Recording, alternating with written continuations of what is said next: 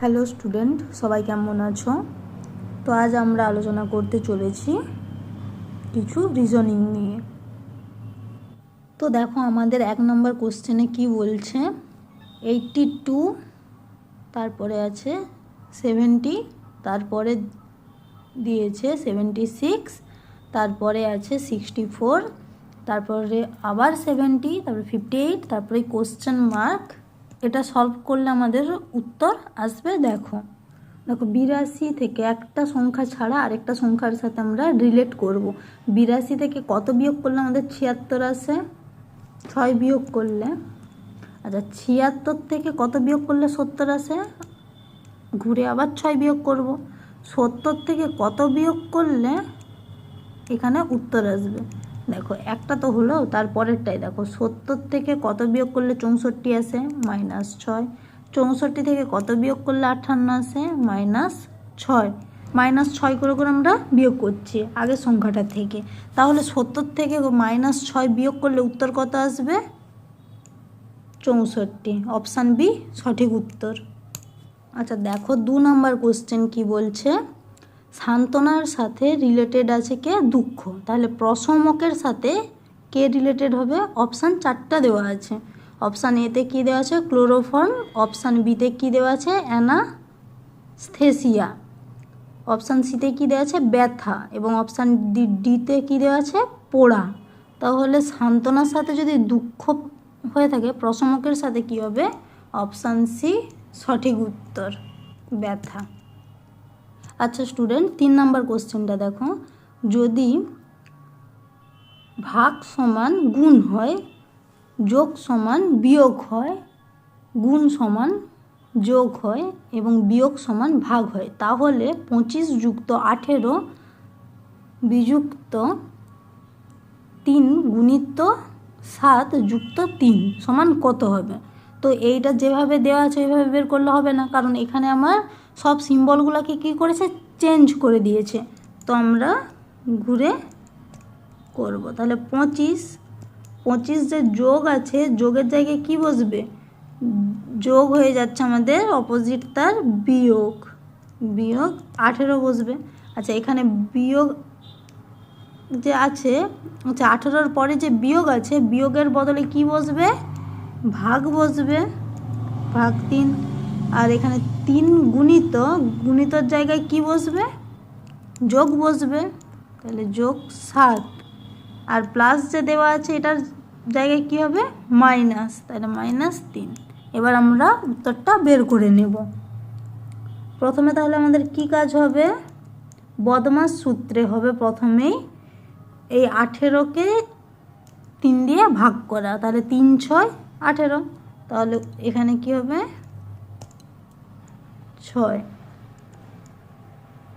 + 7 - 3 হয়ে গেল। 25 - 6 প্লাস সাথে সাথে 3 বিয়োগ করলে কত হচ্ছে? 4 হলো। 25 - 2 প্লাস 4টা তো ছোটো -6 থেকে, তাহলে -2 আসছে। তাহলে কত হচ্ছে?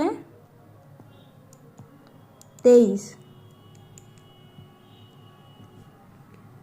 তো অপশানে কি 23 আছে? অপশানে 23 দেওয়া নেই। আচ্ছা অপশানগুলো না ভুল দেওয়া আছে একটু, তাহলে আমাদের অপশান বি সঠিক উত্তর। আচ্ছা দেখো 4 নম্বর কোশ্চেনটা কি বলছে, গড ইজ গ্রেট সমান কি দিয়েছে? CPANBO। গ্রেট হেল্প ডান সমান কি দিয়েছে? ERCPBO। তারপরে কি দিয়েছে? He is great, BOCPDQ। তাহলে আমাদের বের করতে কি বলেছে? হি ইজ গড সমান উত্তরটা কোনটা হবে? অপশান 4টা আমাদের দেওয়া আছে। তো দেখো আমরা মিল খুঁজবো। তো প্রথমটাতে একটা গ্রেড পেলাম আমরা, দ্বিতীয়টাতেও একটা গ্রেড পেলাম, 3 নম্বরটাতেও একটা গ্রেড পেলাম। তাহলে এখানে কি বসবে? B O B O B O. দেখো 3টাতেই সেম আছে। আচ্ছা ইজ এখানে আছে, এখানেও ইজ আছে। দেখো এখানে সিপি আছে, এখানেও সিপি আছে। তো তাহলে আমাদের উত্তরটা এবার বের করতে সহজ হবে। হি, তাহলে এখানে হি আছে, এখানে তাহলে কোনটা বাদ আছে? তো এখানে কোনটা বাদ হচ্ছে, ডি কিউ, তাহলে ডি কিউ বসে গেল। আচ্ছা ইজের জায়গায় কি বসবে, সি পি, ইচ বসে গেল। এবং গডের জায়গায় কি আছে, এ এন, তাহলে এ এন বসে গেল। তাহলে আমাদের সঠিক উত্তর কোনটা, অপশান বি সঠিক উত্তর। তো 5 নাম্বার কোশ্চেন কি হচ্ছে, C B D A G F H E K J L I, তারপরে আছে কোশ্চেন মার্ক। তো 4টা অপশান দেওয়া আছে। অপশান এতে দেওয়া আছে N O P M, P M N O, M N O P, O N P M তো দেওয়া আছে। তো এই ধরনের কোশ্চেনগুলোতে বের করার সময় আমরা কি বলেছিলাম, এবিসিডিগুলো লিখে নেওয়ার কথা বলেছিলাম। তো দেখো কেমনভাবে দেওয়া আছে, A B C D E F G H পরপরই দেওয়া আছে, কিন্তু কি অ্যালফাবেটগুলো এলোমেলোভাবে দেওয়া আছে, কিন্তু একটা নির্দিষ্ট সারিতেই দেওয়া আছে। তো দেখো কিভাবে দেওয়া আছে, এ বি সি ডি, দেখো E F G H I J K L সারিতে সারিতে দেওয়া আছে। তো কি হবে, এম এন ও পি। তো দেখো এটা কি অপশানে আছে, O N P M option আছে, অপশান ডি সঠিক উত্তর। আচ্ছা দেখো 6 নম্বর কোশ্চেন কি বলছে, হেলথ কেয়ার ইজ ওয়েলথ, সেখানে সংখ্যা দিয়েছে কি 1372, হেলথ নিডস কেয়ার সংখ্যা দেওয়া আছে 417, হি নিডস ওয়েলথ 463। তো এই ধরনের কোশ্চেন আমরা কিছুক্ষণ আগে করেছিলাম। তো কেমনভাবে আমাদের করতে হবে, এটা মিলিয়ে মিলিয়ে বের করে নিতে হবে। তো দেখো হেলথ যে আছে, হেলথ প্রথমে হেলথ আছে, তো সেকেন্ডটাতেও হেলথ আছে। তো দেখো প্রথমের যে সংখ্যাগুলো আছে দ্বিতীয় কোনো সংখ্যার সাথে সেটার মিল আছে কি না দেখো,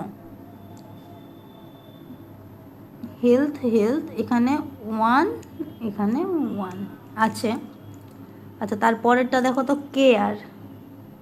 কেয়ার প্রথমেরটাতে আছে, দ্বিতীয়টাতেও কেয়ার আছে। তো দেখো প্রথমের সাথের সাথে এখানে 7 মিলে যাচ্ছে। আচ্ছা তারপরেরটা দেখো, ইচ কোথাও নেই, ওয়েলথটা দেখো আছে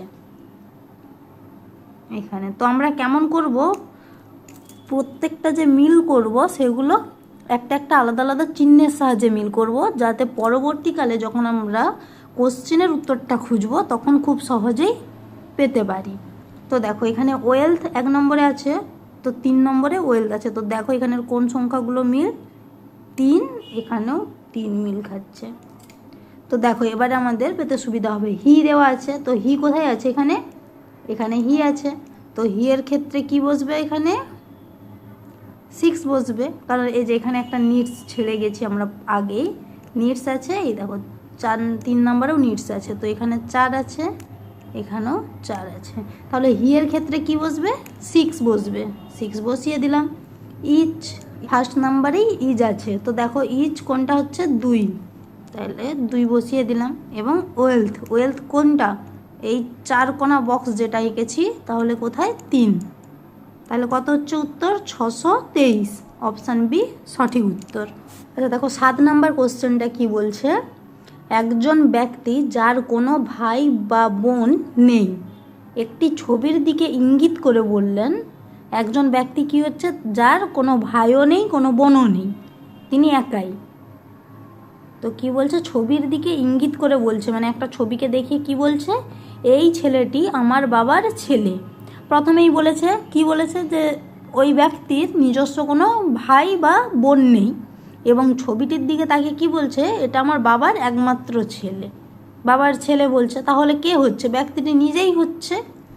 তো অপশান বি সঠিক উত্তর। তো 8 নম্বর কোশ্চেন কি বলছে, সিন্ধু সভ্যতার সবথেকে উল্লেখযোগ্য বৈশিষ্ট্য ছিল কোনটা, অপশান 4টা দেওয়া আছে, অপশান এতে দিয়েছে বিনিময় ব্যবস্থা, অপশান বিতে দিয়েছে ইটের তৈরি বাড়ি, অপশান সিতে দিয়েছে স্থানীয় পরিবহন ব্যবস্থা, অপশান ডিতে দেওয়া আছে প্রশাসনিক ব্যবস্থা। তো স্টুডেন্ট, এটা তোমাদের জন্য হোমওয়ার্ক রইল, এবং কারোর কিছু যদি বুঝতে অসুবিধা হয়ে থাকে কমেন্টে জানাও। আজ ক্লাস এই পর্যন্তই।